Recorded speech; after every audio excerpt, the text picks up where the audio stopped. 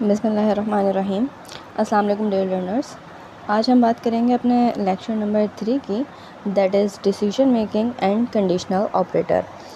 तो decision making और conditional operator की अगर हम बात करें तो इससे पहले आपको जो है वो बेसिक पाइथन की चीज़ें पता होनी चाहिए, जो कि मैंने अपने प्रीवियस लेक्चर्स में कवर किया है। If you didn't cover this तो आपको फर्स्ट इनिशियली जो है वो आपको बेसिक चीज़ें समझनी होंगी पाइथन की, और उसके बाद फिर जो है वो अगर आप डिसीजन मेकिंग और कंडीशनल ऑपरेटर पर आएंगे तो आपको ये ज़्यादा अच्छे से समझ आएगा। So you can easily go through my previous lectures. तो हम आज का लेक्चर स्टार्ट करते हैं decision making and conditional operator से। डिसीजन मेकिंग के हम स्ट्रक्चर्स की अगर हम बात करें तो डिसीजन मेकिंग के स्ट्रक्चर्स जो हैं वो डिपेंडेंट क्लॉज होते हैं, यानी एक स्टेटमेंट दूसरे लाइन के ऊपर डिपेंड कर रही होती है। ठीक है, इसमें जो है वो हमारे पास यहाँ पर एक अदद एग्जांपल मौजूद है। अगर आप देखें तो यहाँ पर क्या है, एक जनरल फॉर्मेट मैंने पेश किया है इफ़, एल्फ और एल्स की स्टेटमेंट का। तो यहाँ पर जो है वो इफ़ की स्टेटमेंट है जिसमें आप इफ़ की कंडीशन, इफ़ का कमांड इस्तेमाल करते हैं, फिर आप अपना जो है जो भी आपने कंडीशन डालनी है वो आप कंडीशन डालते हैं, फिर उसकी ही रिगार्डिंग एक स्टेटमेंट लिखते हैं। वो जो स्टेटमेंट आपने उसी कंडीशन के रिगार्डिंग लिखना है वो विद इंडेंट आना चाहिए। क्यों? क्योंकि वो इफ़ के साथ एसोसिएटेड है।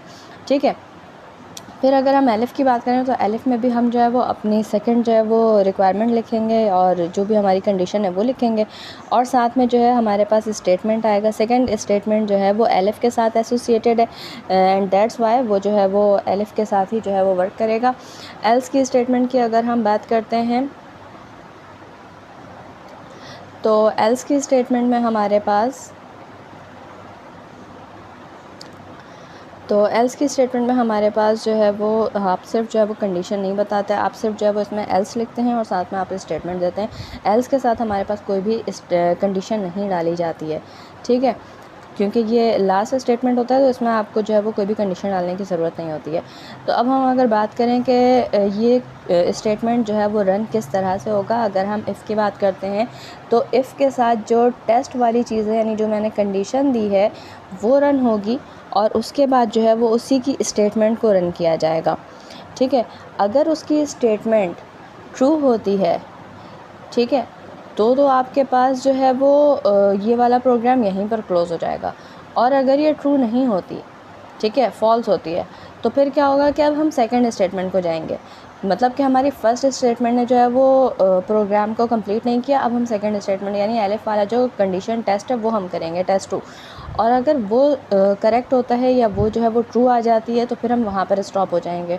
और अगर वो भी ट्रू नहीं आती तो फिर जो है वो आपके पास एल्स में जो आपका स्टेटमेंट है यानी जो आपका लास्ट आउटकम है वो आपके पास स्टेटमेंट 3 की सूरत में शो हो जाएगा। ठीक है, तो अब हम आगे चलते हैं। अगर हम आगे चलें तो हमारे पास जो है वो यहाँ पर इंडेंटेशन की कुछ बातें हैं। इंडेंटेशन की अगर हम बात करें तो इंडेंटेशन की चीज़ें हमने पहले भी डिस्कस की थी लेक्चर नंबर 2 में। इंडेंटेशन जो है वो ज़रूरी होती है। लाइक अगर मैं इफ़ के नीचे कोई स्टेटमेंट लिख रही हूँ अगर जो कि इफ़ के ऊपर डिपेंडेंट है तो वो विद इंडेंट होना चाहिए, और अगर उसमें इंडेंटेशन नहीं है तो आप इंडेंटेशन के लिए जो है वो टैब इस्तेमाल कर सकते हैं या फिर आप स्पेस भी इस्तेमाल कर सकते हैं। तो पाइथन जो है वो इस चीज़ पर कोई इशू क्रिएट नहीं करता कि आपने स्पेसेस इस्तेमाल किए हैं या आपने जो है वो टैब इस्तेमाल किया, but it is better to use tab. और अगर आप टैब ना भी इस्तेमाल करें तो वो डायरेक्टली आपको इफ़ के नीचे वाली स्टेटमेंट विद एक इंडेंट ही आपको शो करती है लाइन। ठीक है, डायरेक्टली चाहे आप उसको किसी भी उसमें रन करें, चाहे आप आइडियली में रन करें, चाहे आप किसी भी और प्लेटफॉर्म पर रन करें पाइथन को। ठीक है, तो हम ये समझ चुके हैं यहाँ तक कि स्पेसेस जो है वो या टैब्स जो हैं वो इसके ऊपर डिपेंडेंट नहीं है कि आप स्पेस को इस्तेमाल करें या टैब को, जैसे C++ में हुआ करता था, लेकिन इसमें ऐसा नहीं है। दैट्स वाई मैंने इनिशियली ये बात कही थी कि पाइथन काफ़ी यूज़र फ्रेंडली है। ठीक है, तो अब हम आगे देखते हैं कि आगे इसकी क्या चीज़ें। अगर हम सिंटेक्स रूल की बात करें तो सिंटेक्स रूल जो है वो इस्तेमाल होता है जनाब नेस्टेड ब्लॉक में। ठीक है, अगर हम नेस्टेड ब्लॉक की बात करें तो नेस्टिंग का मतलब होता क्या है? नेस्टिंग का मतलब होता है कि इसमें एक डिपेंडेंट क्लॉज और एक इंडिपेंडेंट क्लॉज आपस में हम उसको जोड़ देते हैं, या हम ये कह लेंगे जैसे इफ़ एल्स की स्टेटमेंट होती है जो कि एक दूसरे के ऊपर कंडीशनड होती हैं, उनको हम इस्तेमाल कर रहे हों और अपने पाइथन के कोड को लिख रहे हों, तो ये वाली चीज़ें जो है वो इसमें काउंट होती हैं। ठीक है, तो इसमें जो है वो आपको सिंटेक्स का जो है वो इस्तेमाल काफ़ी ध्यान से करना है। लाइक अगर मैं प्रिंट का फंक्शन लिख रही हूँ तो मैं कैपिटल P इस्तेमाल नहीं कर सकती। तो प्रिंट का जो बेसिक फंक्शन जो इसके पाइथन के अपने लाइब्रेरी में स्टोर्ड है, आपको वो एज इट इज़ इस्तेमाल करना होगा, ठीक है। अच्छा, अगर हम बात करते हैं कॉलन वगैरह की, तो हम कॉलन का कैरेक्टर इसमें मोस्ट कॉमनली इस्तेमाल करते हैं, और इसके अलावा हम इसमें जो है वो वो इस्तेमाल करते हैं।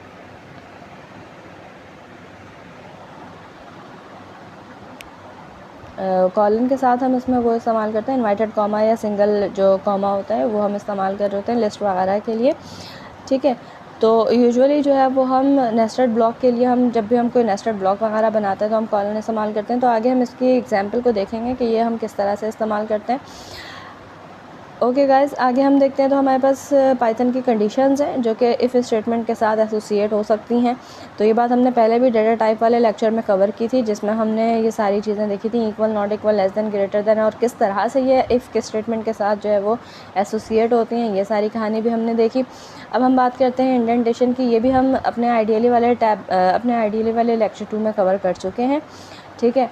अब हम बात करते हैं ब्रैकेट्स की। तो यहाँ पर जो है वो पाइथन में जो सबसे ज़्यादा इस्तेमाल किया जाता है वो 2 पैरेंथेसिस इस्तेमाल करते हैं। एक तो सिंपल जो कि राउंड पैरेंथेसिस होते हैं, और दूसरा जो है वो स्क्वायर ब्रैकेट को ज़्यादा इस्तेमाल किया जाता है जब हम लिस्ट वगैरह बना रहे हों, या जो हम डाटा को इकट्ठे जो है वो रखते हैं और लिस्ट बनाएं, चाहे आप टपल बनाएं व्हाटएवर, तो उसमें जो है वो हम इस तरह से ब्रैकेट वगैरह को इस्तेमाल करते हैं, कर्ली ब्रैकेट, स्क्वायर ब्रैकेट।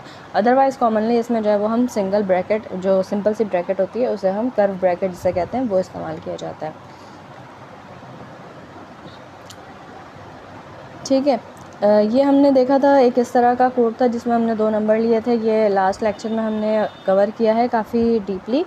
तो अब हम आगे चलते हैं।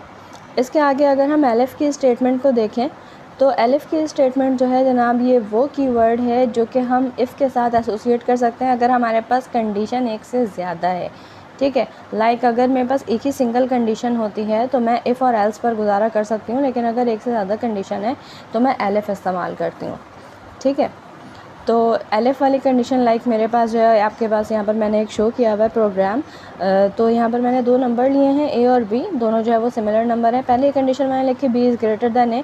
अगर ये कंडीशन फुलफ़िल नहीं होती तो हमारे पास प्रिंट अगर ये कंडीशन हमारे पास फुलफ़िल होती है तो इसके नीचे का प्रिंट का फंक्शन रन करेगा। और अगर एलिफ वाली स्टेटमेंट, अगर ये जो है मतलब ट्रू नहीं होता, फॉल्स हो जाता है, तो फिर क्या होगा जनाब कि एलिफ की स्टेटमेंट रन होगी। अगर एलिफ की स्टेटमेंट ट्रू हो जाती है तो एलिफ का फिर प्रिंट शो होगा। मतलब अगर हम ये चेक करें कि प्रोग्राम एक्चुअली रन किस तरह से कर रहा है, तो जनाब प्रोग्राम के रन करने का बेसिकली जो स्टेप है, अगर हम स्टेप बाय स्टेप देखें तो स्टेप 1 होगा इफ़ वाली स्टेटमेंट। अगर वो ट्रू होती है तो इफ़ का ही पहले प्रिंट इस्तेमाल होगा, ठीक है, प्रिंट की स्टेटमेंट को कवर किया जाएगा। और अगर ये ट्रू नहीं होती, फॉल्स हो जाती है, तो इफ़ के हम अंदर, यानी जो उसके नेस्टेड ब्लॉक्स हैं उसके अंदर हम जाएंगे ही नहीं, हम वहीं से वापस आ जाएंगे और फिर हम आगे जाएंगे। और आगे हमारे पास क्या है, एलिफ की स्टेटमेंट है, हम एलिफ की स्टेटमेंट को चेक करेंगे। अगर ये ट्रू होता है तो फिर हम इसके प्रिंट तक जाएंगे। अगर मतलब स्टेटमेंट की फ़र्स्ट कंडीशन जो आपके पास लिखी हुई है वो अगर ट्रू होती है तो फिर हम उसके अंदर जाते हैं, अदरवाइज़ हम उसके नेस्टेड ब्लॉक्स में नहीं घुसते, ठीक है। तो ये जो है वो पाइथन के वर्क करने का थोड़ा सा मेथड है कि ये किस तरह से जो है वो रन करता है और किस तरह से नहीं करता। अब हम आगे एक और एग्जांपल देखते हैं। हमारे पास यहाँ पर एक एग्जांपल है जिसमें हमने ए जो है वो एक नंबर लिया है, बी जो है वो भी एक नंबर लिया। अब यहाँ पर मैंने ओपन एंड रखा है।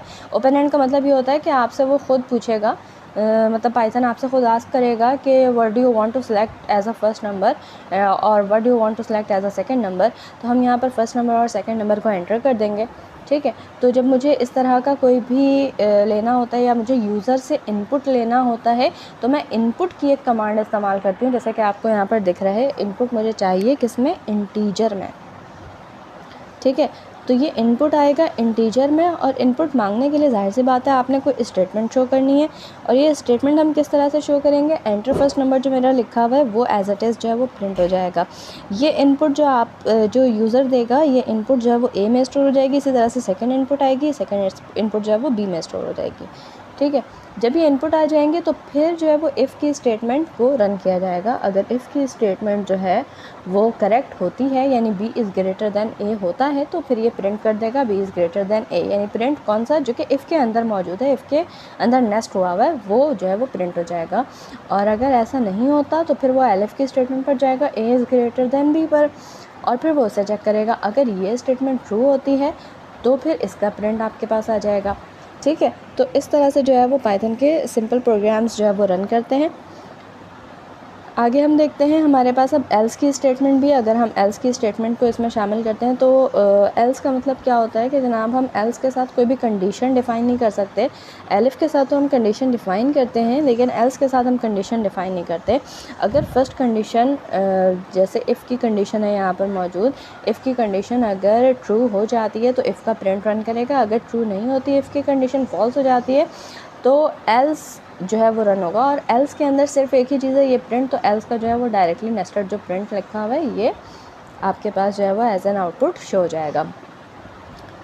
ठीक है गाइस, अब हम मज़ीद आगे चलते हैं इसमें। तो हमारे पास जो है वो एक और एग्जांपल है। So let's have this example. यहाँ पर जो है वो मैंने इफ़, एलिफ और एल्स इन तीनों को जो है वो एक साथ रखा है, और मैंने जो है वो यूज़र से इनपुट भी लिया है। तो अब आप देखें, यूज़र से इनपुट लेने के मेरे पास तीनों केसेस यहाँ पर मैंने कवर किए हैं। ठीक है, वो तीनों केसेस जिसमें हमारे पास इफ़ चल रहा हो, जिसमें हमारे पास एलिफ चल रहा हो, जिसमें हमारे पास एल्स चल रहा हो। तो अगर मैं बात करूँ, पहला जो मेरे पास आउटपुट मौजूद है जिसमें मैंने लिखा है a is greater than b, ये जो पहला आउटपुट है, इसमें मेरा फर्स्ट नंबर और सेकंड नंबर दोनों नंबर आपस में बराबर थे। तो जैसे ही यूज़र ने ये दो नंबर एंटर किए तो फर्स्ट कंडीशन यानी इफ़ की जो कंडीशन है वो रन नहीं हुई, क्योंकि वो फॉल्स हो चुकी है। b is not greater than a, ये फॉल्स हो चुका। ठीक है, एलिफ की कंडीशन भी रन नहीं हुई। ठीक है, क्यों? क्योंकि a is not greater than b, दोनों नंबर इक्वल है। तो फिर लास्ट जो स्टेटमेंट है एल्स का, वो प्रिंट हो गया आपके पास कि a और b जो है वो आपस में क्या है, इक्वल है।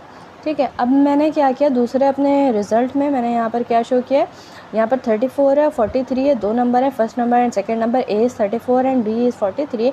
अब यहाँ पर b जो है वो मेरे पास बड़ा है। ठीक है, तो इफ़ की जो स्टेटमेंट है वो ट्रू हो जाएगी, और इफ़ का जो प्रिंट वाला फंक्शन है वो प्रिंट आउट आ जाएगा आपके पास एज एन आउटपुट, और एलिफ और एल्स जो है वो रन भी नहीं होंगे। ठीक है, फिर बिल्कुल इसी तरह से अगर हम थर्ड अपने जो है वो डाटा की बात करें, जो यूज़र डाटा आया थर्ड, वो क्या था कि फ़र्स्ट नंबर था 55, सेकंड नंबर था 15। ठीक है, यानी a जो है आपके पास 55 है, b जो है वो आपके पास 15 है, and a is greater than b। तो अब क्या हुआ, इफ़ की स्टेटमेंट चली, इफ़ की स्टेटमेंट ने चेक किया either b is greater than a, नहीं ये नहीं हुआ, तो प्रिंट इसका फंक्शन वर्क नहीं हुआ। फिर हम आ गए एलिफ पर, एलिफ ने जो है वो चेक किया इफ़ जो है वो a आपका ग्रेटर दैन है b के, yes a is greater than b। अब ऐसा हुआ तो फिर क्या होगा कि जनाब इफ़ का जो प्रिंट है वो चल जाएगा, और बस वहीं पर प्रोग्राम एंड हो जाएगा, और फिर एल्स का स्टेटमेंट वो चेक भी नहीं होगा। ठीक है, आज के लिए हमारा लेक्चर यहीं तक है। तो कल हम जो है वो इंशाल्लाह इसको आइडियली पर ख़ुद से जो है वो करेंगे, और करके हम देखेंगे कि किस तरह से जो है वो होता है, और किस तरह से इसमें जो है वो क्या क्या चीज़ें मौजूद हैं, और हमारे आइडियली के लेटेस्ट वर्जन में जो है वो किस तरह की फॉर्मेटिंग है और उसमें क्या चेंजेस हैं, ये सारी चीज़ें भी हम इंशाल्लाह कवर करेंगे। अगर आपको मेरा लेक्चर समझ आया हो और पसंद आया हो तो प्लीज़ लाइक करें, कॉमेंट करें और सब्सक्राइब करें। सो नेक्स्ट लेक्चर तक, टिल देन, अल्लाह हाफ़िज़।